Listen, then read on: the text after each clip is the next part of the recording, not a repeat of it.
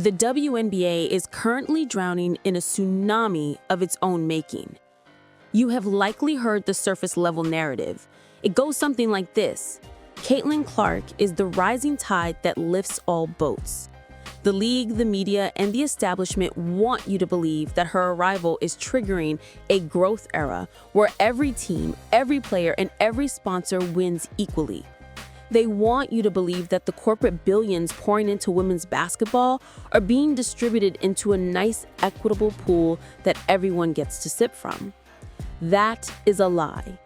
The reality is that corporate America is not investing in the WNBA. They are investing in Caitlin Clark, and they are actively bypassing the league's infrastructure to do it. We are watching a financial decoupling in real time.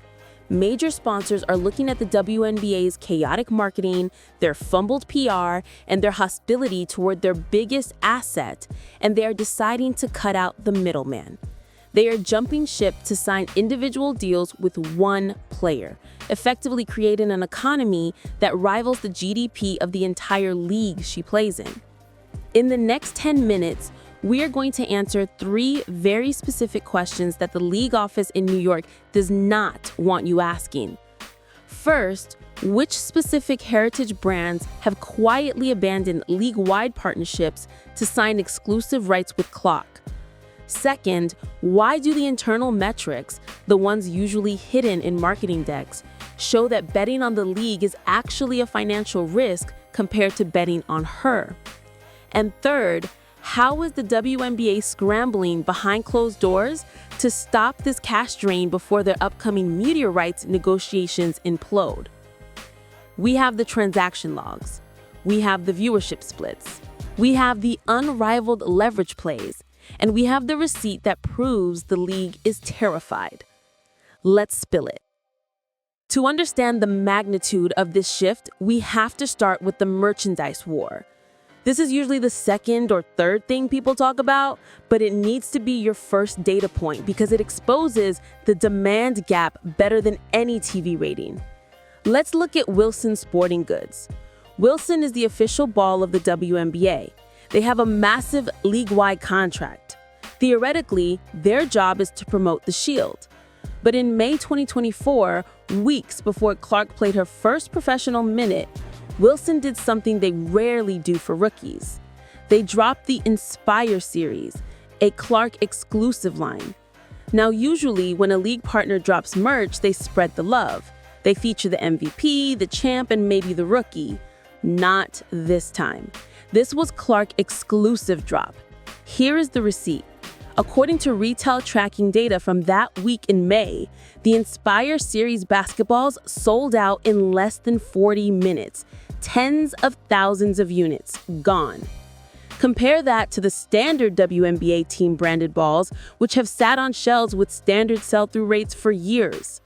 Wilson didn't just restock, they panicked to ramp up production specifically for her SKU. Why does this matter? Because it broke the equity model. For decades, the WNBA has operated on the philosophy of forced equity. They market the league first, teams second, and players third. It's a socialist marketing structure designed to protect the floor rather than raise the ceiling. Wilson realized in 40 minutes that the league wasn't the product. The girl was the product. This sent a shockwave in the merchandising world.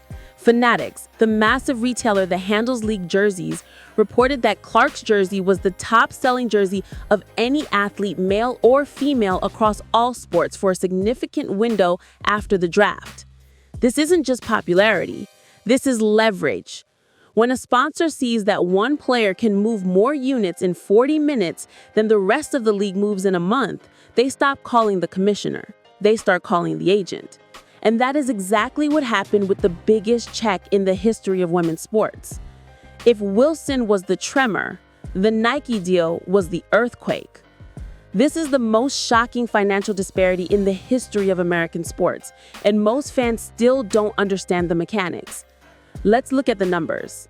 In April 2024, reports confirmed that Caitlin Clark signed an 8-year deal with Nike worth $28 million. That's $3.5 million a year, not including the inevitable royalties from her signature shoe. Now, let's pull up the WNBA Collective Bargaining Agreement, the CBA. According to the 2024 salary cap tables, the maximum base salary for a rookie draft pick like Clark is roughly $76,000. Do the math. Her shoe deal pays her 46 times her basketball salary. But here's the spilled angle that nobody discusses. The bidding war exposed that brands do not value the WNBA shield.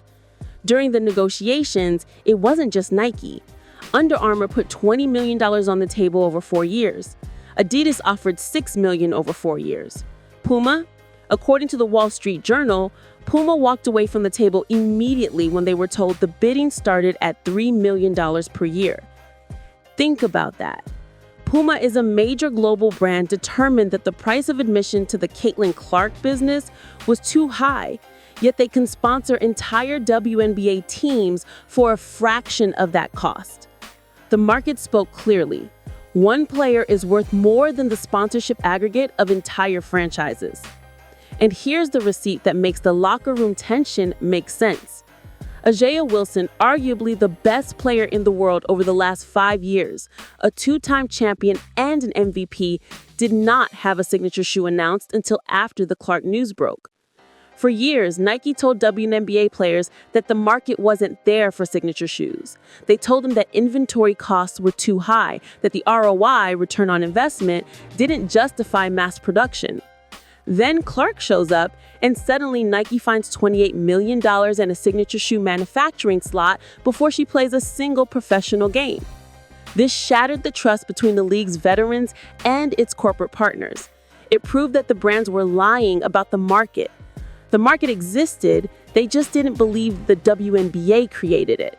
They believed Clark created it. This $28 million deal is not just a paycheck. It's a vote of no confidence in the WNBA's ability to create stars. Nike decided they couldn't wait for the WNBA marketing machine to build the next icon. They bought the icon directly. And if you think the money is the only place where the league is losing control, wait until you see the viewership split. We've talked about merch, we've talked about the shoe deal.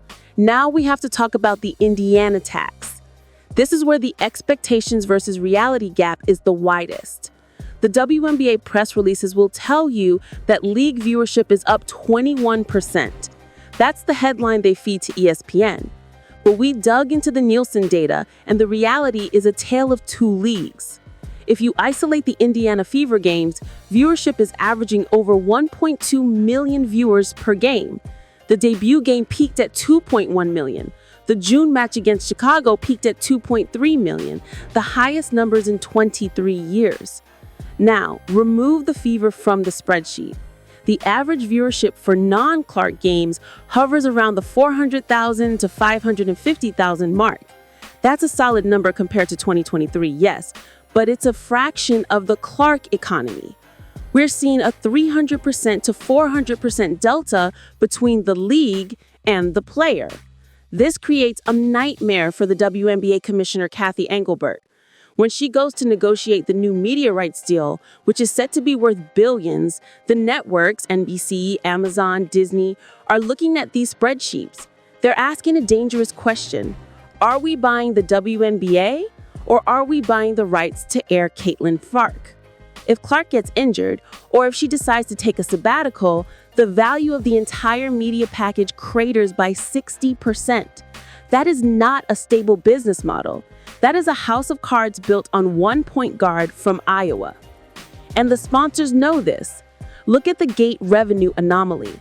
When the Fever traveled to play the Washington Mystics, the Mystics moved the game from their home arena, 4,200 seats, to the Capital One Arena, 20,000 seats. They sold it out. That's the Clark effect. But here's the problem. The WNBA revenue sharing model was complex. The league shares in gate revenue, but the individual teams keep a bulk of local sponsorships. The other owners are currently feasting on the ticket sales Clark brings to their cities, but they are simultaneously resentful that their own local stars can't fill the lower bowl. This creates a weird dynamic where teams are financially incentivized to have Clark in the building, but competitively incentivized to beat her down physically to prove she isn't all that. This friction is what the brands are watching, and it brings us to the most expensive receipt of all, the charter flight panic. This is the section where we look at how the league is trying desperately to stop the bleeding. For years, WNBA players have begged for charter flights. They argued it was a health issue, a recovery issue, and a professionalism issue. The league always said no. The excuse? It costs too much. They claimed it would cost $25 million a year, and the league simply didn't have the cash flow. Enter Caitlin Clark. In May 2024, after one incident at an airport when fans swarmed the team, Commissioner Engelbert suddenly announced the launch of a full charter flight program. The price tag? $25 million annually. Suddenly, the money appeared. Why? Because the asset was at risk. The league realized that if their $28 million Nike athlete got harassed at a commercial gate or injured because of cramped commercial travel, the sponsors would revolt. But here is the catch. The league is funding this effectively through the projected revenue growth driven by Clark. This means the veterans who have been begging for this for a decade are now flying private specifically because the rookie they are hazing brought the checkbook with her. This dynamic is toxic. It reinforces the idea that the WNBA didn't care about player safety until the golden child arrived. It signals to every other player that their comfort wasn't worth the investment, but hers is. And the sponsors are watching this cultural rot. They see a league that is reactive, not proactive. This is why you are seeing brands like Gatorade pivot. They signed Clark back in December 2023, but watch their marketing. The Let Her Cook campaign in 2025 faced backlash because fans felt it sidelined Clark to appease the veterans. Gatorade is now in a bind. They have the biggest star, but they are afraid to market her too aggressively for fear of angering the league's old guard. So what happens next? The real threat isn't just brands leaving the WNBA for Clark. It's brands leaving the WNBA for other leagues that feature Clark. Have you heard of Unrivaled? This is the new 3-on-3 league founded by Brianna Stewart and Nafisa Collier. They are offering massive equity, 6-figure salaries, and a short season in Miami.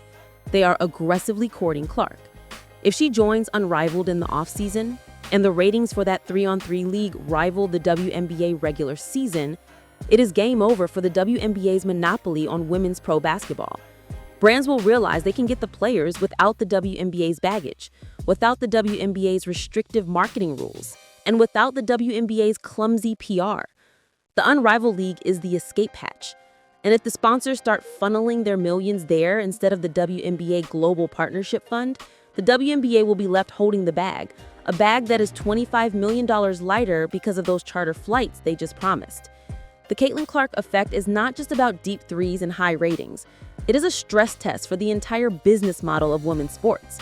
We were told that the WNBA was a growth stock ready to explode, but the receipts, the $28 million Nike contract, the Wilson sellouts, the Nielsen splits, tell a different story.